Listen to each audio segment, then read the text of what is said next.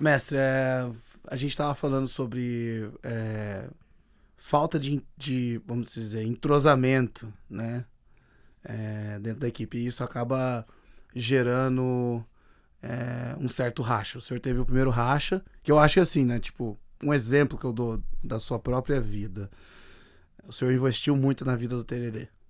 Investiu muito, né?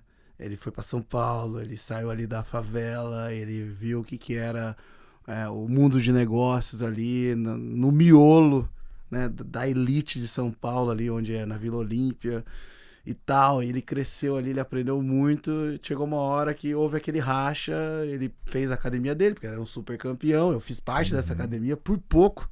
Eu não fui treinar nada. Imagina se a gente estivesse junto. Zeramos o jogo.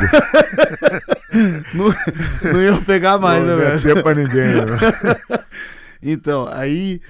E eu vejo assim, que depois de muitos anos, né, existe até um verso, né, bíblico que fala assim, joga os pães nas águas, depois de muitos anos você vai colher muito de volta.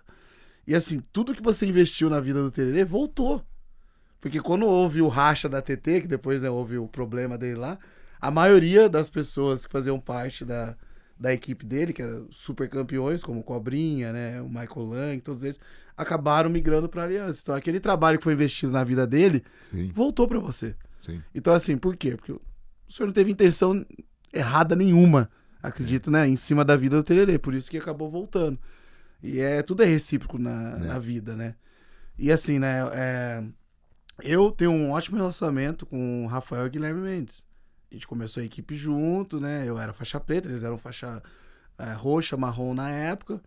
Eles, na verdade, eles não eram super campeões, mas tinha uma esperança. Já ali. olhava que seriam. Né? Os moleques realmente fazem um trabalho fenomenal, né? E acabou que não houve um desentendimento. Eu vi que era uma coisa natural, entendeu? Os dois irmãos... Era um desalinhamento, né? Assim, de fora, né? Eu não sei o que aconteceu dentro da casa de vocês. Sim. Mas começava a ficar nítido que existia um desalinhamento de duas coisas muito boas, né? Porque o trabalho que você faz aqui na Atos é sensacional, como o que eles fazem na AOJ também é muito bom. Mas eram diferentes. Né? Sim, sim. E aí acabou...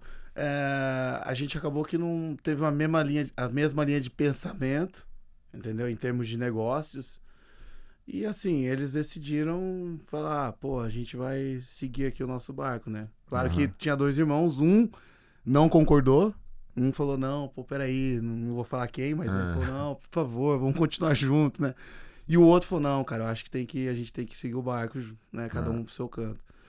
E tudo bem, depois disso, né? Mesmo depois de eles sair, a Atos continuou sendo Atos, claro. Eles fizeram o trabalho deles, então, um trabalho fenomenal que eles fazem. E assim, claro que a gente fica um pouco triste quando a equipe ela acaba se dividindo um pouco, né? Que você acaba enfraquecendo, né? Mas assim, eu vejo que na Aliança aconteceu lá atrás, né? Na época do Tererê, onde tinha Tererê, Cumprido, Leozinho, todos eles. E depois de muitos anos aconteceu com a Dream Art, né? E assim, como é que o senhor fez para lidar com essa situação como líder ali? Como é que foi? Legal. Acho que eu nunca falei dessa história, né, publicamente, assim. Vai ser legal. O racha de 2001 foi um racha. Aquilo foi muito significativo, porque foi a nossa equipe de faixas pretas praticamente inteira. Né? Os grandes campeões, né? Grandes campeões. A história do Tererê com a gente... O Tererê talvez tenha sido a maior dor de todas elas, né? Até porque ele não queria sair. Né? Mas ele ficou junto com a turma do outro lado e acabou saindo. Tanto que logo depois ele se separa deles também, né? E, mestre, ele sempre falava muito bem do senhor. Sempre. A gente continuou tendo uma relação... Cara, assim, ó, depois que eu cheguei lá, ele sempre falava, não, o Fábio faz assim, né? O Fábio, ele sempre falava muito bem do senhor. Então, eu mantive uma relação com o Tererê sempre boa, mesmo no auge da animosidade que se criou naquela época, né? Hoje os tempos são completamente diferentes. A história do Dream Art é muito diferente disso. O Dream Art surge dentro da minha academia, em São Paulo.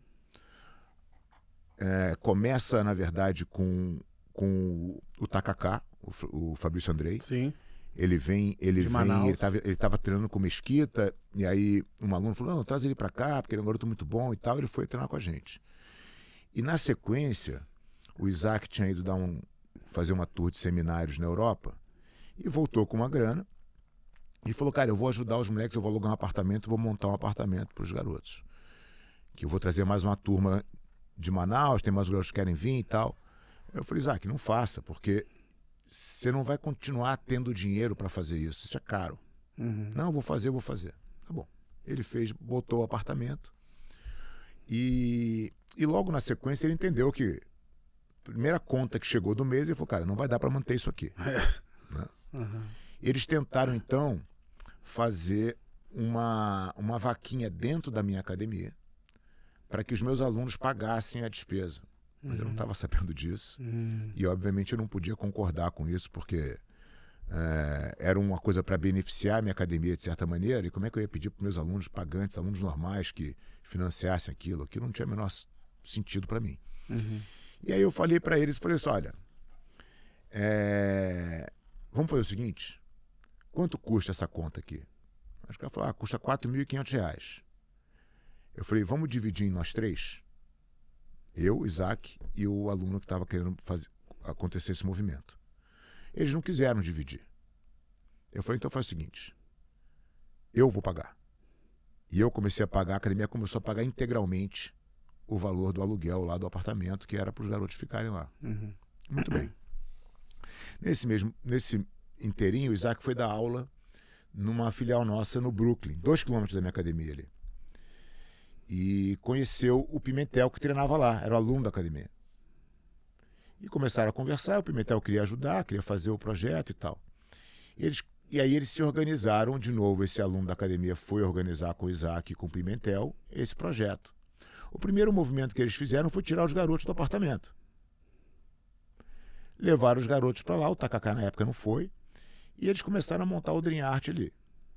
Quando a gente começou a entender que eles estavam convidando os atletas da academia para fazer parte do Dream Art, o treino do Dream Art começava a rivalizar com o treino de competição da matriz, a gente falou, cara, essa coisa não tem muito sentido. Tá desunindo, né? Você está criando um novo time. Não, porque não tem espaço, porque precisa fazer isso, precisa fazer aquilo. E desde o início, eu falei para o Pimentel, você não tem certeza que você não quer montar uma equipe? Em todas as vezes, falou, não, de jeito nenhum, a gente quer estar na aliança, a aliança é importante pra gente, a gente quer fazer com que esses garotos tenham saído um dia e tal. Foi sempre esse o discurso. Mas eles continuaram agindo da mesma forma, né? Convidando os nossos atletas, aliciando esses atletas para treinar com eles. E assim, cara, dentro de toda a liberdade, cada um faz o que quiser. Claro. Mas ético não é. Né? Em termos de time, né? Você está dentro do teu time, você vai ficar canibalizando o teu próprio time. Nem com o time contrário a gente nunca fez isso. Né? E, enfim, é o jeito deles trabalharem. Nenhum problema. Até o ponto que chegou uma hora, cara, que não tinha mais relação, quase. Eu não estava mais na academia, o Mike que estava na linha de frente. Na linha de frente. Eu ficava em cima tentando, né, apaziguar os ânimos ali, mas entendendo que eles iam ter que esticar a corda, que não ia ser eu que ia tirá-los dali. Porque parecia um plano de vou fazer tudo para eles me tirarem, né? Eu falei, não, vamos ver até onde vai, né? Bem, aguentar mais um pouquinho, já aguentamos um monte mesmo, até a hora que eles decidiram que eles queriam sair de fato, né? E do momento que eles saíram, cara, acabou todo o problema. Entendeu? Eles têm a vida deles, eles tocam o projeto deles, tá tudo aliança certo. É aliança. A aliança continua sendo aliança, cara. Validade. Não mudou absolutamente nada. A gente só melhorou, porque essa relação estava realmente não estava fazendo bem, né, cara, pro time, entendeu? Então, eles saíram, eles viraram uma outra equipe e tudo bem. Eles fazem o trabalho deles lá, a gente faz o nosso e não existe mais nenhum problema. Mas foi isso que aconteceu. Simples assim, cara. Não tem... de novo, né? É um desalinhamento da forma de fazer. A forma como eles decidiram fazer não é uma forma que eu acredito que... E essa forma de alinhamento não ajudou na comunicação, né? Cara, assim... Existe falta de comunicação e existe pensamento diferente. Eu acho que ali, no caso, a gente tem um desalinhamento de formas de fazer. Entendeu? Eu acredito em um modelo, eles acreditam em outro modelo. Sim. Então, não tinha como ficar junto. Eu acredito que, pelas histórias que eu conheci, eu ouvi isso também na academia do Cícero, né? Quando houve um horário que o Leandro dava aula, e aí tinha um horário que o Cícero dava aula, e começou a ter um desentendimento ali, a hora que, puf... tipo... Então, eu acho que tudo, assim, quando você olha para trás, tudo tem um momento, porque assim, esse é o fato, né?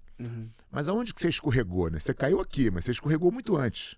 Né? Onde foi o ponto da escorregada? Se a gente for nessa reflexão, talvez se a gente tivesse se comunicado melhor lá atrás, tivesse conversado melhor, tivesse entendido melhor qual era a cabeça das pessoas envolvidas ali, talvez a gente pudesse solucionar. Mas no final do dia, as pessoas não mudam, as pessoas são o que elas são. Entendeu? A forma de pensar. Eu acho que, cara, melhor assim. Claro, entendeu? A gente está no momento ótimo da equipe, né, cara? Estamos trabalhando, tem um monte de projeto, tem um monte de coisa. Legal, mas... Né? Do dia que a gente resolveu esse assunto, cara, pra mim tá totalmente resolvido. Sim, mas é aquilo, né? Há males que vem pro bem, né? Sempre. Né? Sempre. Quando as pessoas... Quando eu conto a história da Aliança, né, e onde a gente está hoje, eu costumo fazer a pergunta para as pessoas, né? Vocês acham que o racha lá de 2001 foi bom ou ruim? Né? Pô, naquele momento foi a pior coisa que podia ter acontecido. Mas agora, ótimo. Foi ótimo. Né? Sim. Foi ótimo. Claro. Aquilo permitiu com que a gente desenvolvesse uma metodologia de ensino, que a gente espalhasse as academias, que a gente organizasse a marca, que a gente organizasse a empresa. Se aquela turma tivesse com a gente, seria impossível de fazer. Entendeu? Ou estaria muito, vamos dizer, acomodado, né? Mas, talvez com o resultado. Cara, eu não sei nem se acomodado é a palavra, André, porque eu lembro, cara, a gente teve uma reunião em 97. Eu vou até achar esse documento, porque eu tinha escrito um estatuto da Aliança, que era um projeto de como a Aliança deveria funcionar e tal, em 97. Que é muito similar com o que a gente faz hoje. Mas em 97 eu não consegui convencer as pessoas envolvidas que aquilo era um bom projeto. Sim. Né? Tinha muita gente, muito cacique. Né? Então, talvez se a gente não tivesse tido aquele racha, a gente jamais teria conseguido construir o que a gente construiu. Então, acho que as coisas vêm para ensinar a gente, né? Então, a gente está mais uma lição, entendeu? Legal, acho que essa agora foi muito mais suave. Claro. Acho que não tem comparação em termos de proporcionalidade do que foi o racha de 2001 com o que foi essa dissidência do Dream Art agora. Eles ficaram muito pouco tempo com a gente. Não tem muito... A maioria dos garotos que está lá nunca tive nem contato. Sim, sim. Né? Então eu não tenho esse sentimento de racha de forma alguma. Então, mas claro que quando você tem qualquer tipo de bump no caminho, é uma oportunidade de você parar e pensar, falar, cara, por que isso aconteceu?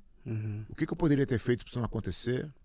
Para onde o negócio está indo? O que as pessoas estão falando? Qual é o... E aí você vai... Qual o lado bom disso? Qual o lado bom disso? Né? Como é que eu posso entregar mais? Pô, é de fato um novo movimento do jiu-jitsu?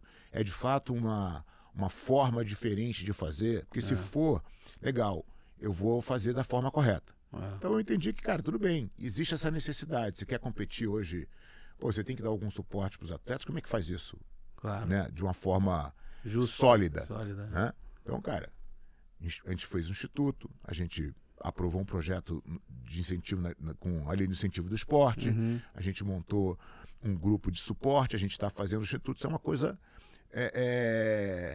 que vai ficar perene, quer dizer, que não é uma coisa que vai acontecer na vontade de uma pessoa. Sim. Né? O Instituto Aliança vai acontecer para sempre, porque ele está sólido, porque ele foi 3 anos de trabalho para lançar. Não é que é uma coisa que você está, o dele está pronta. Entendeu? Sim, sim. Então, acho que a gente tira coisas boas disso também. Né? Claro, demais, mas, pô, muito bom.